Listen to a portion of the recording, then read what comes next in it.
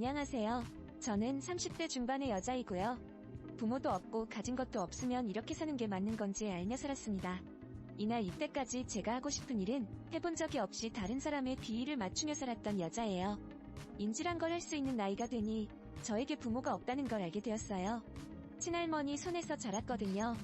할머니 말로는 저희 아빠랑 엄마가 16살 때 저를 낳아 엄마는 절 버리고 아빠는 새 가정을 꾸려야 하는데 저 때문에 발목 잡히는 일이 없어야 한다며 할머니한테 저를 좀 맡아달라고 했대요. 그때는 할머니가 저를 맡아주는 것만 해도 감사한 일이라 생각했어요. 왜냐하면 할머니도 그러셨거든요. 나니까 너를 맡아주는 거라고나 아니었음 벌써 보육원에 갔거나 입양 갔을 거라고. 그러니까 내가 너한테 뭐 시키면 시키는 대로 하라고 하였어요. 저도 어릴 때부터 이런 얘기를 매번 들어오니까 당연히 눈치를 보며 사는 게 맞다고 생각을 했어요. 할머니가 맞벌이하는 고모들의 자식들을 돌봐줬는데 그 애들을 할머니가 본 게 아니라 제가 거의 다 봤어요. 저 11살 때 걔네들이 3, 4살이었는데 그 어린애들 밥 챙겨 먹이고 씻기고 재우고 다 했죠. 고모들도 그랬어요. 우리 엄마가 허리도 아프고 힘도 드니까 네가 좀 사촌 동생들 좀 봐라. 이런 거라도 해야지. 그냥 공짜로 먹고 자고 하면 되겠니? 라고 했거든요. 그래 10대 때는 부모처럼 살았어요. 말이 친할머니한테 맡긴 거지 저한테 맡기거나 다름없었으니까요. 이렇게 눈칫밥만 먹으며 살다가 성인이 되었고 성인이 되자마자 나가라고 하더라고요. 저는 20살에 쫓겨나듯이 할머니네 집에 쫓겨나 보증금이 없는 여인 숙에서 살며 알바를 하고 살았어요. 어떻게든 이런 시궁창 같은 삶에서 벗어나려고 밤낮 없이 일만 했죠. 진짜 악착같이 살았어요. 저 같은 사람이 믿을 건 돈 하다 뿐이라고 생각을 했거든요. 다들 절 보면 20대라고 생각을 안 할 정도로 얼굴에 고생하는 적이 역력했어요. 그렇게 이런저런 알바를 하며 살았는데 제가 일하던 횟집이 점점 어려워지면서 사장님이 가게를 접는다고 하셨어요. 역 주변에 있는 곳이라 상권도 좋고 유동인구도 많은 곳이었는데 유난히 이 횟집 장사가 잘 안 되더라고요. 그러니 저도 어쩔 수 없이 잘리게 되었어요. 근데 운이 좋게도 그 가게를 인수받아 곱창집을 연다고 했던 여사장님이 아유 그렇지 않아도 나도 알바생을 좀 구해야 되는데 우리 가게에서 알바 좀 해줄 수 있어요? 여기 가게 구조는 나보다 아가가 더 잘 알 거 아니에요? 라고 하셨고 저는 이게 뭔 횡재냐 싶어 뒤도 안 돌아보고 일할 수 있다고 말씀을 드렸어요. 그러니 가게 인테리어 때문에 한 달 정도 쉬었다가 다시 나오라고 하셨죠? 한 달 동안 쉬고 있으니 아주 몸이 베겨 죽겠더라고요. 한 달 후 여사장님의 연락을 받고 가게에 나가니 웬 남자 알바생이 한 명 더 있었는데 알고 보니 알바생이 아니라 여사장님 아들이라고 하더라고요. 사장님 아들은 저보다 3살이 많은 사람이었는데 군대 제대하고 나서 딱히 할 게 없어 본인 엄마랑 같이 가게를 한다고 했어요. 부모 잘 만나서 속 편하게 사는구나 싶었죠. 처음에는 단지 사장 아들이란 생각에 선입견을 가졌었는데 의외로 일도 열심히 하고 피도 안 부리고 제가 하는 일까지 도와서 자기가 한다고 하더라고요. 그때는 정말 열심히 하는 사람이구나라고 생각했는데 알고 보니 저를 좋아해서 저한테 잘 보이고 싶어서 그렇게 열심히 한 거였다고 하더라고요. 월급날이었는데 사장님 아들이 먼저 한턱 낼 테니 술을 마시러 가자고 했어요. 생애 처음으로 남자와 단둘이 술을 마셨는데 그날 얼마나 취했는지 제 속 얘기부터 가정사 얘기까지 하며 울고불고 토하고 난리를 쳤어요. 지금 생각해도 쪽팔리기 그지없죠. 근데 이런 제 모습에 사장님 아들은 먼저 고백을 했고 저희는 사장님 모르게 연애를 하기 시작했습니다. 곱창집이 저녁 장사라 낮에는 제가 편의점에서 일을 해 저녁에만 남자친구를 볼 수 있었죠. 아슬아슬하게 하는 연애도 꽤 재밌었어요. 창고에서 몰래 손도 잡고 서로 안아주고 사랑한다는 말도 해주고 그랬죠. 사실 남자친구와 헤어지면 이 알바도 그만둬야 되는 걸 알았지만 사랑 앞에선 아무것도 안 보이더라고요. 그러다 결국 사장님이 먼저 저희 사이를 눈치채고야 말았어요. 사장님은 그닥 저희 연애 소식을 달가워하진 않으셨지만 워낙 남자친구가 저를 좋아해주니 눈치를 보며 사귀게 되었어요. 그리고 남자친구와 한 2년 동안 연애를 했죠. 사실 이렇게 오래 만나고 사귀었으면 웬만해선 저희 둘 사이도 인정을 해주실 법한데 사장님은 저를 그냥 곱창집 알바생 그 이상 그 이하도 아니었어요. 제 사정을 알고는 더 그러시는 게 같았죠. 행여나 제가 남자친구랑 결혼이라도 할까 저를 더 힘들게 하며 일을 시키셨는데 저도 물러나지 않았어요. 사장님은 없는 제 업무에 서빙해서 불판 닦는 일을 시키며 올해는 얼정도 하지 못하게 하셨고 이쁘장한 알바생까지 뽑아 본인 아들과 함께 서빙을 시켰어요. 하지만 이런 사장님의 미움에도 저와 남자친구는 결혼을 약속하였고 절대 안 된다는 사장님의 고집을 남자친구는 단식투쟁까지 하며 결혼을 승낙받았습니다. 사장님이자 제 시어머니는 이런 저에게 내 아들이 너 같은 여자 만날 인물이 아니대. 어쩌겠냐? 네가 좋다고 저러는데 근데 난 아니다. 일단은 지금 한 걸음 물러서는 중이니까 결혼 허락해준다고 해도 며느리라고는 인정하기 힘들 것 같다라고 하시는데 시어머니 말씀에 제가 더 노력하겠다고 했습니다. 그리고 제 결혼 소식을 할머니한테는 알려드려야 할 것 같아 몇 년 만에 연락을 드렸어요. 혼주석에 앉을 분이 할머니밖에 없었으니까요. 그러니 할머니는 의외로 마다하지 않으셨고 상견례도 가주신다고 하더라고요. 근데 상견례 자리에 할머니를 데리고 간 게 아주 후회로 남았죠. 할머니가 거기서 아주 큰 실수를 하셨는데 시어머니한테 저 같은 애를 왜 데리고 살려고 하냐며 내가 며느리를 보면 이런 애는 절대 며느리로 들이지도 않았을 거라고 하는데 할머니마저 저를 가족으로 생각하지 않고 남 얘기하듯이 말을 했어요. 제 할머니란 사람이 이런 식으로 저에 대해 말을 하는데 듣는 저희 시어머니는 오죽하겠냐고요. 당연히 결혼을 하고부터 시어머니의 어마어마한 타박살이가 시작이 되었는데 여전히 저는 시어머니 가게에서 주방일을 하며 설거지를 했고 곱창을 손질하는 일을 했어요. 결혼을 했다고 제 삶이 달라지는 건 없었습니다. 딱 하나 호칭이 달라졌다는 거였죠. 한 번은 제가 몸이 안 좋은데도 불구하고 가게에 나간 적이 있었어요. 초반에는 열만 조금 나다가 몇 시간 지나니 눈이 컴컴하더라고요. 그래서 씻고 있던 설거지 그릇을 깬 적이 있었어요. 와장창 하는 소리에 시어머니 주방으로 들어와 제 등짝을 사정없이 내리치며 머리까지 툭툭 치시는데 야, 더 일 제대로 안 해? 지금 네 살림 아니다 이거야? 뭐야? 아니 이 아까운 그릇들 다 어쩔 거냐고. 이 그릇들 아주 네 월급에서 다 빨 테니까 그렇게 알아. 이거 빨리 안 치워놔 하고 나가시는데 주방 이모들 앞에서 명색이 며느리라는 사람이 시어머니한테 이런 대우나 받으니 주방 이모들도 저를 시녀처럼 부려먹기 시작했어요. 제가 아이를 낳으면 시어머니의 구박이 조금은 덜할 줄 알았는데 그것도 아니었죠. 그러던데 남편보다 2살 어린 시동생이 결혼할 여자를 데리고 왔어요. 그 여자는 저보다 훨씬 나은 사람이었는데 초등학교 선생님이었어요. 반들반들한 얼굴에 잘 차려입은 옷차림이 저랑은 많이 대조된 모습이었죠. 동생과 동생 여자친구는 상견례 날짜 때문에 시어머니와 상의를 한다며 가게에 왔는데 저를 뺀 넷이서 밥을 먹으며 이야기를 하더라고요. 저도 어연히 출시 집안 며느리이니 일을 하다가 자리에 맞아 대화하는 걸 듣고 상견례 날 저도 가겠다고 하니 갑자기 시어머니가 부모도 없는 게 거기가 어디라고 천하게 따라간다고 해? 그 자리가 어딘지는 알고 막내 새아가 부모님하고 겸상한다고 하니 이 수준의 막내 새가 부모님을 볼 수나 있을 것 같아? 두 분 다 교수님인데? 라고 하시는데 저는 귀까지 다 빨개져 아무 소리도 못하고 있었어요. 그러니 신랑도 저를 향해 아휴 여기 앉아있지 말고 가서 일이나 해. 괜히 와서 쓸데없는 소리 하지 말고 라며 짜증을 내는 겁니다. 사실 신랑도 결혼한 지 몇 년이 흐르니 자기 엄마를 따라 저를 막대하기 시작했는데 누구는 처가가 잘 살아서 처갓집 덕 본다던데 너는 가진 것도 없고 부모도 없으니 내가 이러고 산다는 말을 입에 달고 살았어요. 그러면서 이런 너를 우리 집에 받아준 것만으로 하루에 몇 번씩 절을 해야 된다고 했죠. 주변에서는 이런 말까지 들으면서 왜 신랑이랑 같이 사냐고 해요. 저도 아는데 알면서도 차마 이혼은 할 수가 없었습니다. 제가 평생 살면서 유일하게 가꾼 가정이었거든요. 이런 모진 소리보다 반복적인 폭언보다 가족이 더 필요했기에 언감생심 이혼은 꿈도 꾸지 않았어요. 그런데 이런 저한테도 도저히 참을 수 없는 일이 생기고 말았습니다. 신랑놈이 가게에서 일하는 알바생 여자애와 바람이 났고 불 꺼진 가게에서 그 짓거리를 하다가 저한테 딱 걸리게 되면서 불륜 사실을 알게 되었죠.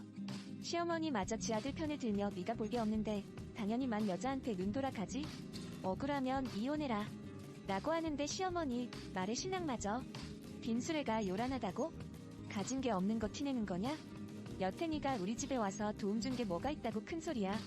나도 더 이상 여자로 느껴지지도 않고 요즘 드는 생각이 진작 엄마 말 들을 걸 아주 후회가 된다고라며 내가 불륜 저지른 값 알아서 쳐줄 테니까 애는 두고 나가라 하는데 저는 소송을 걸 거라며 큰소리치고 애를 데리고 나왔어요. 하지만 이런 오기는 얼마 안 돼 바닥이 드러났고 저는 애를 다시 시댁에 두고 아무것도 받지 못한 채 집을 나오게 되었어요. 소송도 돈이 있어야 하는 거였고 실질적으로 남편한테는 재산도 없어 재산 분할 받을 돈도 없었죠. 무식한 제가 할 수 있는 거라곤 아무것도 없었습니다. 안녕하세요. 저는 30대 요즘같이 똑똑한 여자들 사이에 저만 혼자 뒤떨어져서 사는 사람이었죠. 저는 또다시 길거리로 나와 10년 전 생활을 하며 살았어요. 보증금 500에 월 35만원짜리 반지하에 살며 식당으로 편의점으로 일을 구하러 다녔고 밤낮 할 거 없이 돈을 벌었어요. 제가 어느 정도 돈을 벌어야 나중에라도 딸이 저랑 같이 산다고 하면 키울 능력이 됐으니까요.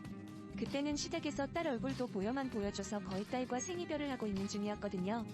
그렇게 뼈 빠지게 3, 4년 동안 돈을 벌며 일을 했는데 어느 날 제가 사는 집 앞에 으리으리한 세단 차 한 대가 세워져 있는 겁니다. 집에 들어가야 하는데 그 차 때문에 들어가지 못해 차 안에 사람이 있나? 이리저리 살피던 중 뒷자리에서 어떤 아줌마가 내리는 겁니다. 그러더니 차에 내리자마자 저를 와락 껴안는데 저는 너무 놀라 누구신데? 이러세요? 라고 했죠. 그러니 이내을 느끼며 묻기 시작하는데 내가 그쪽 엄마예요 라고 하는 겁니다. 저는 그 아줌마를 떼어내며 한참 동안 그 아줌마의 얼굴을 쳐다봤어요. 그러니 그 아줌마는 손을 벌벌 떨며 저에게 사진들을 건네주는데 그 사진 속 아이는 다름 아니 저 어렸을 때의 사진이었죠.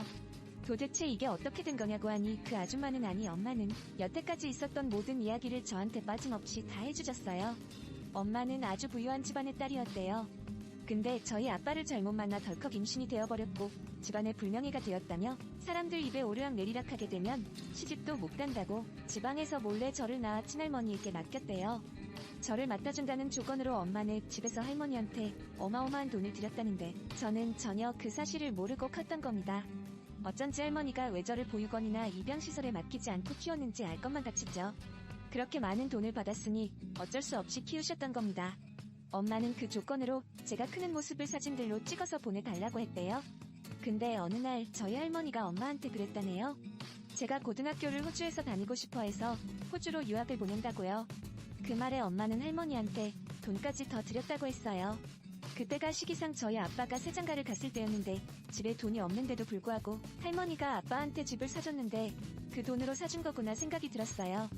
엄마도 그 얘기를 듣더니 공분을 감추지 못했고 저한테 미안하다는 말만 잇따라 계속하더라고요.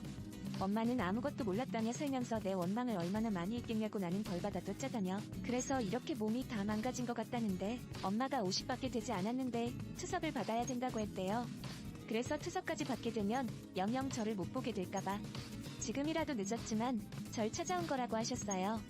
엄마는 용서까진 바라지 않는다며 가끔씩 이렇게 얼굴 보면서 살면 안 되냐고 하는데 저는 그런 엄마의 품에 안겨 어린 아이처럼 울부짖었어요. 엄마의 품이라는 걸 처음으로 느끼며 되려 절 잊지 않고 이렇게 찾아주셔서 감사하다고 했죠. 엄마는 이미 다른 분과 가정을 꾸리고 이혼한 지 3년이 지났다고 했는데 제 존재를 말하자마자 이혼을 당하셨다고 했어요.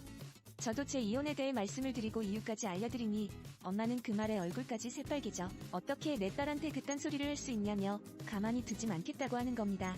엄마는 그 여자가 하는 가게 어디냐고 물어보는데 저는 그 인간들하고 신랑이 할 필요가 없다고 했어요. 그러니 엄마가 딱 하는 말이 세진아 엄마는 그렇게 무식하게 큰 소리 안 내. 이 시어머니였던 그 여자가 하는 가게.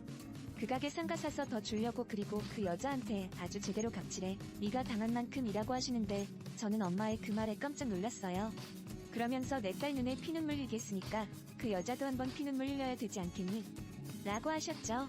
그렇게 저희 엄마는 1년간에 걸쳐 시어머니 가게의 상가 주인을 만나 설득하며 그 가게를 사셨어요. 엄마의 배짱에 저도 깜짝 놀랐죠. 저한테 이런 든든한 엄마가 있었다는 게 눈물 날 정도로 탄복스러웠어요. 상가 주인이 저희 엄마로 바뀌자마자 제 시어머니였던 사람은 저희 엄마한테 문자를 보냈더라고요. 새로 바뀐 상가 주인이 제 엄마인 줄도 모른 채 알랑방귀를 끼며 상가 주인분이 갑작스럽게 바뀌었다고 소식을 들어서 이렇게 연락드려요. 언제 얼굴이라도 볼 겸 저희 가게 한번 오세요. 제가 아주 맛있는 곱창 한번 대접해드릴게요 라고 하는데 역시나 아주 강자한테는 약하고 약자한테는 강한 비겁한 시어머니였죠. 저나 엄마나 그 문자를 보곤 옳다구나 싶어 바로 그 다음날 시어머니랑 전 남편 놈이 하는 가게를 찾아갔습니다. 장작 5년 만에 찾아가는 가게였는데 아주 징글맞게도 제 청춘과 제 결혼 생활에 피와 함이 들어간 오래된 곱창집이었어요. 저랑 엄마는 두 손을 꼭 잡고 가게로 들어갔고 시어머니랑 전 남편은 절 보자마자 어이가 없다는 듯이 저를 향해야 너 여기가 어디라고 와? 어디라고 와? 이게 정말 머리가 어떻게 됐나? 유나 아빠야. 이 미친 여자 얼른 내쫓아라. 저녁 장사 시작하기 전부터 아주 재수온 붙게 확 그냥 소금이라도 뿌릴라. 라고 하는데 저도 아주 귀청이 떨어질 듯이 소리를 치며 아줌마 오늘 상가 주인하고 약속 있는 거 몰라요? 새로 바뀐 상가 주인 오늘 온다고 한 거 모르냐고요? 여기 제 옆에 같이 오신 저희 엄마가 아줌마네 가게 상가 주인이거든요. 어딜 지금 상가 주인 딸한테 큰 소리를 치면서 재수가 없다느니 소금이라도 뿌린다느니 그딴 소리 하고 있어?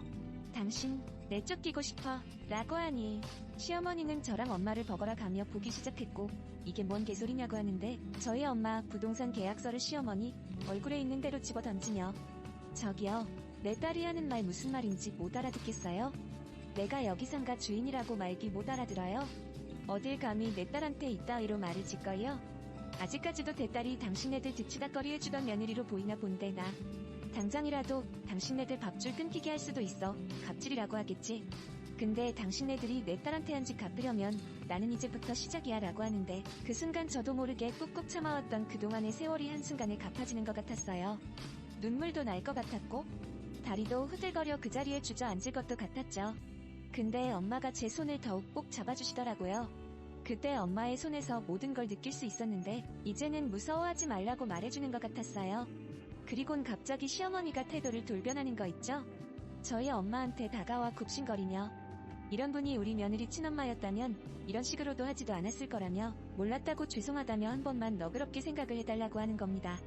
그러면서 저한테도 단 한 번 사과를 한 적 없던 사람이 유나 애미야 미안하다. 내가 네 가슴에 비수를 많이 꽂았었지 우리 유나.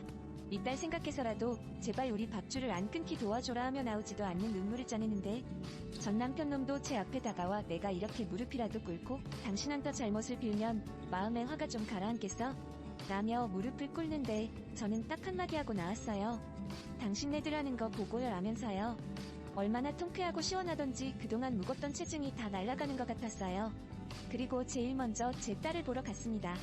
5년 만에 만난 딸이었죠. 5살 때 헤어져 벌써 10살이 된 제 딸은 어엿한 초등학생이 되어 있었어요. 딸은 제가 잘 기억이 안 난다고 하는데 그 말이 제일 가슴 찢어지는 말이었어요.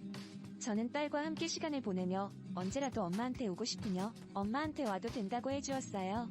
저는 엄마와 딸이 한 번에 생긴 아주 복 많은 여자가 되었고 엄마에게도 딸에게도 매번 최선을 다해 진실을 다해 잘하고 있는 중입니다. 한 치 앞도 볼 수 없던 제 암울한 인생에 엄마라는 빛이 내리쬐어주면서 새싹도 자라고 꽃도 피게 된 것 같아요. 평생 저는 제 인생이 보잘것없는 인생이다. 남에게 희생하는 인생이다라고 여겼었는데 저도 이제는 제 인생을 사랑하며 살 수 있는 사람이 되었어요. 살면서 제게도 이런 일이 다 있어 사연을 보내게 되었습니다. 제 긴긴 인생 이야기 들어주시고 와주셔서 감사하고요. 항상 행복만 가득하시길 바라겠습니다. 요즘같이 똑똑한 여자들